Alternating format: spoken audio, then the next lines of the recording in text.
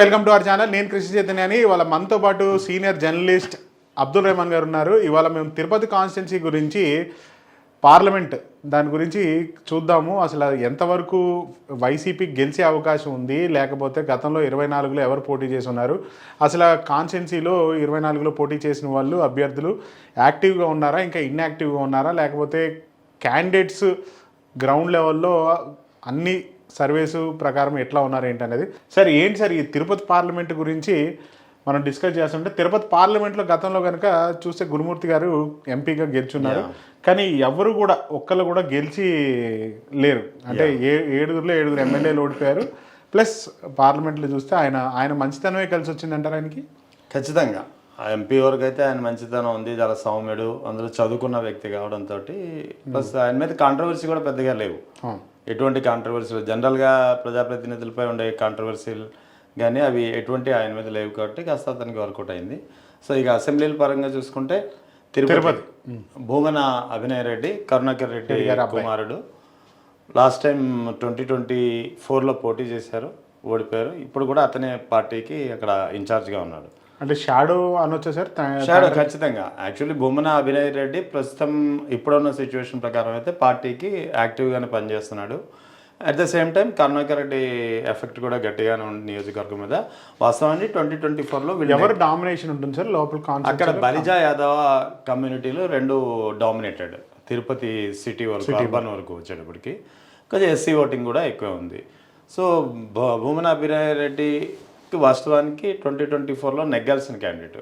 ఎందుకంటే కరుణాకర్ రెడ్డికి దాదాపు కరుణాకర్ రెడ్డికి గారికి కాన్స్టిట్యున్సీలో డోర్ టు డోర్ కాదు కానీ స్ట్రీట్ టు స్ట్రీట్ మంచి పట్టు ఉన్నది ఆయనకి.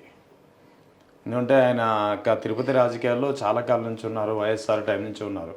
సో అతనికి తిరుపతి పట్టణంపై మంచి పట్టు ఎక్కువ. సో ఫస్ట్ టైం కొడుకుని రంగంలో దింపాడు. ఎలక్షన్లో తండ్రి కొడుకులు గట్టిగా పనిచేశారు. ఖచ్చితంగా నెగ్గాల్సిన క్యాండిడేట్. కేవలం ఆ కూటమి ఎఫెక్ట్ ఏదైతే ఉందో, ఈ బలిజా యాదవ ఓట్ షేరింగ్ ఏదైతే జనసేన క్యాండిడేట్ అరణ్య శ్రీనివాసులు పోటీ చేసి గెలిచిన పరిస్థితి 2024లో. అతను ఇంతకుముందు వైసీపీలోనే ఉన్నాడు. టికెట్ లేదు, ఎవరు ఇవ్వట్లేదు, కరుణాకర్ రెడ్డి వాళ్ళ అబ్బాయికి రిజర్వ్ చేస్తున్నారని తెలిసి పార్టీ మారి సీట్ తెచ్చుకున్నాడు, నెగ్గాడు. సో అరణ్య శ్రీనివాసులకి అక్కడ వాస్తవానికి వ్యతిరేకత ఎక్కువ ఉంది. అతను అంత సరైన క్యాండిడేట్ అంటే పట్టున్న లీడర్ అయితే కాదు. కేవలం ఆ vote sharing between TDP and Janasena, ఆ బలిజా ఓటింగ్ ఏదైతే కాపులు అని చెప్పి రాయలసీమలో పిలుస్తారో వీళ్ళ ఓట్ వల్లే అభినయ్ రెడ్డి ఓడిపోయాడు తప్ప వ్యక్తిగతంగా అయితే కరుణాకర్ చాలా యాక్టివ్గా ఉన్నారు. ఇప్పుడు ప్రస్తుతం అయితే పార్టీకి యాక్టివ్గా ఉన్నాడు. ఇక టీడీపీ నుంచి ఇప్పుడు ఎవరైతే జనసేన నుంచి గెలిచాడో అరణ్య శ్రీనివాసులు, అతని మీద ఈ ల్యాండ్ సెటిల్మెంట్స్ ఇటువంటి వివాదాల్లో గట్టిగా ఇన్వాల్వ్ అవుతున్నాడు. బాగా అవినీతి ఆరోపణలు అయితే చాలా గట్టిగా ఉన్నాయి. సో అదంతా ఇప్పుడు వైసీపీకి ఈసారి ఖచ్చితంగా ప్లస్ అవనుంది.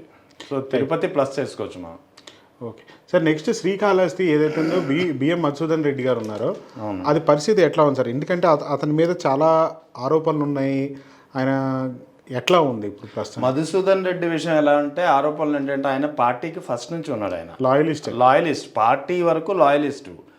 ప్లస్ వైఎస్ జగన్ని ముఖ్యమంత్రిగా చూడాలని కోరుకునే వ్యక్తుల్లో అతను ఒకడని చెప్పాలి. సో దాంతో సహజంగా ఇప్పుడు మీరు కానీ నేను కానీ వైఎస్ జగన్కి బాగా క్లోజ్ అనుకోండి. సో నియోజకవర్గం వచ్చేటప్పటికి నా నియోజకవర్గం మీ నియోజకవర్గాలు కానీ నా మాట చెల్లని ఒక మనకు తెలియకుండానే ఒక ధోరణి వస్తుంది. సో అది మధుసూదన్ రెడ్డి విషయంలో ఉంది అక్కడ. సో అదే ఆయనకు ఓటమి కూడా కారణం కావచ్చు. రెండవది టీడీపీ జనసేన ఓట్ షేరింగ్ అనేది మరో కారణం. సో అతను ఏంటంటే తానే అంత గట్టి లీడరు కాదనట్లేదు, లీడరు కాదనట్లేదు. బొజ్జల సుధీర్ రెడ్డి మొన్న గెలిచాడు ఇతని మీద. ఈ మధుసూదన్ రెడ్డి తనకి తాను ఎక్కువగా ఊహించుకోవడం, లేకపోతే నేనే నా మాటే చెల్లుబాటు అవ్వాలనే ఒక వైఖరి కారణంగా మిగిలిన లీడర్స్ కావచ్చు, ఇతర సెకండరీ కార్యకర్తలను పెద్దగా కలుపుకొని పోకపోవడంతో ఎప్పుడైతే టీడీపీ జనసేన వీళ్ళ నుంచి వాళ్ళు అట్రాక్ట్ అయ్యి ఇండైరెక్ట్గా వాళ్ళకి ఇన్నర్ లైన్ వాళ్ళకి వర్క్ చేసినట్టు తెలుస్తుంది. సో ఇవన్నీ ఆయనకి ఓటమికి ఒక ప్రధానమైన కారకాలుగా మారాయి. ఇక సుధీర్ రెడ్డిపై ఇప్పుడైతే చాలా వ్యతిరేకత ఉంది. అవి ల్యాండ్ సెటిల్మెంట్ కావచ్చు, తర్వాత ఈ మైన్స్ కావచ్చు, తర్వాత ఇసుకకు సంబంధించి, ఇంకా ఒకటని కాదు అన్ని టీడీపీ జనసేన కూడా ఇంటర్నల్ వార్ జరుగుతా ఉన్నది. ఇంటర్నల్ వారు ఇంచుమించు మీకు ప్రతి నియోజకవర్గంలో ఉంది. ఎక్కడైతే అంటే ఇక్కడ ఏదో ఇష్యూ కూడా ఉంది కదా సార్, ఏదో మొన్న కేసు అయింది ఏదో అలా డ్రైవర్ని వినుత కోట కేసుకు సంబంధించి సుధీర్ రెడ్డి దగ్గరుండి చేయించాడు అని చెప్పి ప్రధానంగా ఆరోపణలు ఉన్నాయి. సో ఇక్కడ శ్రీకాళహస్తిలో ఇప్పుడు ఏదైతే సుధీర్ రెడ్డిపై ఆరోపణలు ఉన్నాయో ఇప్పుడు ఉన్నటువంటి ఎమ్మెల్యే, అది కాస్త వైసీపీకి ప్లస్ కావచ్చు. ఏంటంటే కండిషన్ ఏంటంటే మధుసూదన్ రెడ్డి ఇప్పుడైనా అన్ని వర్గాలతో రియలైజేషన్కి వచ్చి ఓటర్ అంటే అల్టిమేట్ అని కార్యకర్తను పట్టించుకోవడం ఇవన్నీ చూసుకొని అతనిలో మార్పు వస్తే otherwise he's a good leader. Okay.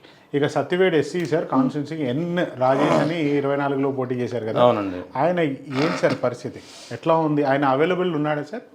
అవైలబిలిటీలో అయితే పెద్దగా యాక్టివ్గా లేడు సార్ అతను. అంటే ఇప్పుడున్న పొజిషన్ అయితే అతను పెద్దగా యాక్టివ్గా లేడు పార్టీలో. ఎప్పుడైనా కార్యక్రమం ఏదైనా పార్టీ అధిష్టానం నుంచి అది కూడా ఏదైనా సపోజ్ మన పీపీపీకి సంబంధించి ఒక యాజిటేషన్ ఉంది, అటువంటి కాల్ఫర్ చేసినప్పుడు పాల్గొంటున్నారు. అదర్వైజ్ నేనంటూ ఉన్నాననే ఉనికి కూడా అక్కడ మర్చిపోయే పరిస్థితి. సో లాస్ట్ టైం ఇప్పుడు ఉన్న ఎవరైతే ఎమ్మెల్యే ఉన్నారో ఆదిమూలం గతంలో వైసీపీ నుంచి ఉన్నాడు ఆయన. ఇప్పుడు అతని మీద చాలా వ్యతిరేకత ఉంది. ఒకటి అతని మీద వ్యతిరేకత ఉంది, అదే సమయంలో అతను టీడీపీ నుంచి నెగ్గినా సరే టీడీపీ అక్కడ కొత్తగా శంకర్ రెడ్డి అయిన ఒక అతన్ని ఇన్ఛార్జ్ చేసింది సత్యవేడ్లో. సో అది టీడీపీలో ఇన్ఛార్జ్ అంతే, అతనికి టికెట్ ఇస్తారని కదా. అక్కడ ఏంటంటే ఎస్సీ రిజర్వేషన్ అయినా సరే ప్రాబల్యం ఎప్పుడు రెడ్డిస్దే ఉంటుంది అక్కడ. ఓకే. సో అది వైసీపీలో కూడా అదే జరుగుతుంది. మేబీ మీకు వెస్ట్ గోదావరి గురించి మాట్లాడినప్పుడు కొవ్వూరు గోపాలపురం నియోజకవర్గాల గురించి చెప్పుకున్నాం మనం. అక్కడ కమ్మ ప్రాబల్యం ఎక్కువ, అక్కడ ఎస్సీ రిజర్వ్డ్ అయినా సరే వాళ్ళ ఇన్ఫ్లుయెన్స్ తోటి క్యాండిడేట్స్ డిసైడ్ అవుతారని. ఇక్కడ సేమ్ పొజిషన్, రెడ్ల ప్రాబల్యం ఎక్కువ. వైసీపీ వరకు వచ్చేటప్పటికి మన పెద్దిరెడ్డి హవా ఉంటుంది.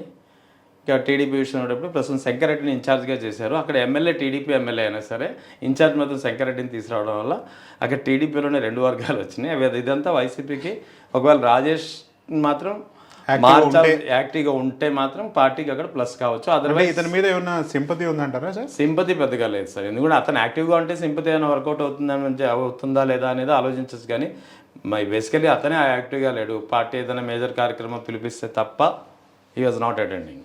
ఓకే.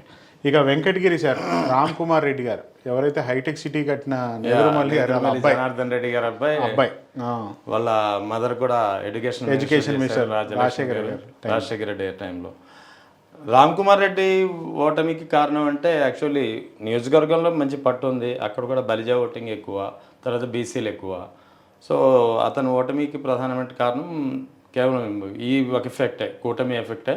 జనసేన టీడీపీ కోయలేషన్లో భాగంగా ఓట్ షేరింగ్ అనేది బలిజా ఓటింగ్ అని ఆ బీసీ ఓటింగ్ అని పెద్ద ఎత్తున ట్రాన్స్ఫర్ అవడానికి ఇతనికి మైనస్ అవ్వడానికి కారణమైంది. అదర్వైజ్ ప్రస్తుతం అయితే అతను యాక్టివ్గా ఉన్నాడు, కానీ అన్ని వర్గాలని కలుపుకోలేకపోతున్నాడు అనేది విమర్శ కూడా అతని మీద ఉంది. అంటే ఇప్పుడున్న ఏదైతే ఇప్పుడు 20 నెలలు అయింది, ఇంకో 3 ఏళ్ళ టైం ఉంది. ఈ 3 ఏళ్ళలో అయినా సరే అతను సార్ ప్రాబ్లమ్స్ ఏమేమి ఉన్నాయి సార్? ప్రాబ్లం ఏముంటే ఇప్పుడు సహజంగానే ఎక్స్ సీఎం బిడ్డ, ఆ జలసీ కానీ ఆ హైరార్కీ కానీ ఉంటుంది.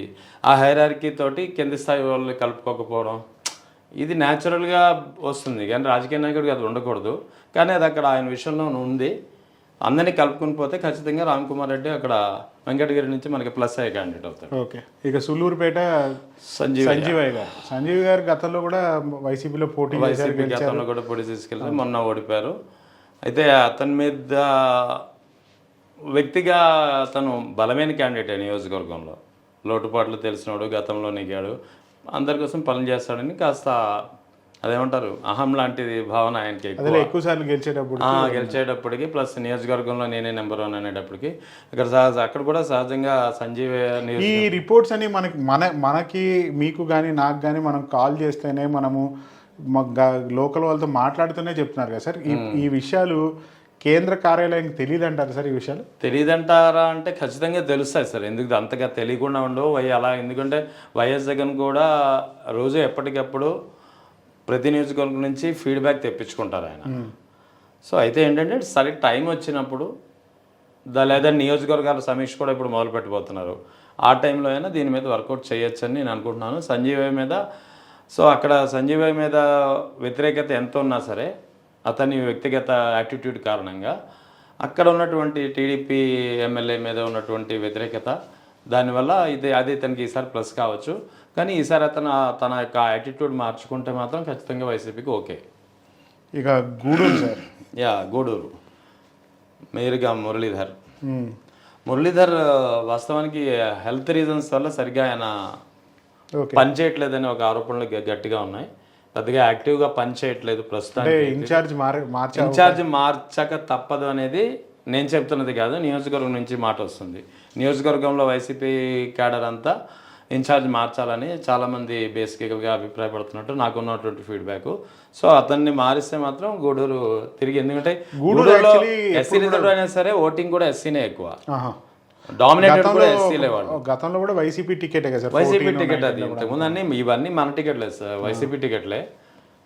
ఇక సరే ఇక దాని గురించి మనం ఎట్లా సీట్ మారుస్తున్నారో దాని గురించి చర్చ లేదు. కానీ ఇక సర్వేపల్లి కాకాని గోవర్ధన్ రెడ్డి గారు మోస్ట్ అగ్రెసివ్ లీడర్ అని చెప్పొచ్చు, వైసీపీలో టాకిటివ్ లీడర్ అని, సబ్జెక్ట్ బాగా ఉన్న లీడర్ అనొచ్చు. ఆయన గురించి చెప్పండి సార్. అసలు ఆయన ఇన్ని రోజులు జైల్లో వచ్చారు, ఆయన పర్సనల్ గా కూడా టార్గెట్ చేసి ఉన్నారు కదా. అవును, పర్సనల్ గా టార్గెట్ చేశారు, వ్యక్తిగతంగా అన్ని విధాలుగా రాజకీయంగా కూడా టార్గెట్ చేశారు. ఈ మధ్యన బెయిల్ మీద బయటకు వచ్చారు. గోవర్ధన్ రెడ్డి నిస్సందేహంగా is a good leader. First నుంచి కూడా లాయల్ టు వైఎస్ఆర్ పార్టీకి ఫస్ట్ నుంచి లాయల్టీగా ఉన్నారు. మొన్న మంత్రిగా పనిచేసినప్పుడు కూడా టాప్ ర్యాంకింగ్ మంత్రుల్లో అతను కూడా ఉన్నాడు వైసీపీ హయాంలో. అంటే ఏదో మంత్రి పదవి ఇచ్చారు కదా నామకే వ్యవసాయాన్ని కాకుండా తన శాఖ మీద మంచి పట్టు సంపాదించుకోవడమే కాకుండా అటు నియోజకవర్గ సమస్యలకి, నియోజకవర్గ ప్రజలకు కూడా నిత్యం అందుబాటులో ఉన్న వ్యక్తిగా కాకాని గోవర్ధన్ రెడ్డి పేరు చెప్పుకోవచ్చు. సో ఇప్పటికే అతను యాక్టివ్గానే ఉన్నాడు. సో ఒకటి, ప్రజల్లో కూడా అక్రమ కేసులు బనాయించి అతన్ని జైలుకు పంపించారనే ఒక సింపతి ఇప్పటికే బిల్డప్ అవుతుంది. సో దాన్ని అతను ఎన్కాష్ చేసుకుంటూ నియోజకవర్గంలో ఇప్పటికే యాక్టివ్గా ఉన్నారు, నో డౌట్. ఇంకా ఫర్దర్ కూడా యాక్టివ్గా ఉంటే ఇంకా 3 ఏళ్ళ టైం ఉంది, ఇంకా చాలా పరిణామాలు ఉన్నాయి. నియోజకవర్గ సమీక్ష ఉంది, జగన్ది, తర్వాత పాదయాత్ర ఉంటుంది. ఇవన్నీ ఖచ్చితంగా సర్వేపల్లిలో కాకాని గోవర్ధన్ రెడ్డిని మరోసారి మనం ఎమ్మెల్యేగా చూసుకోవడానికి ఒక మంచి అవకాశం అని అక్కడి ప్రజలు భావిస్తున్నారు. Right sir, thank you for joining us.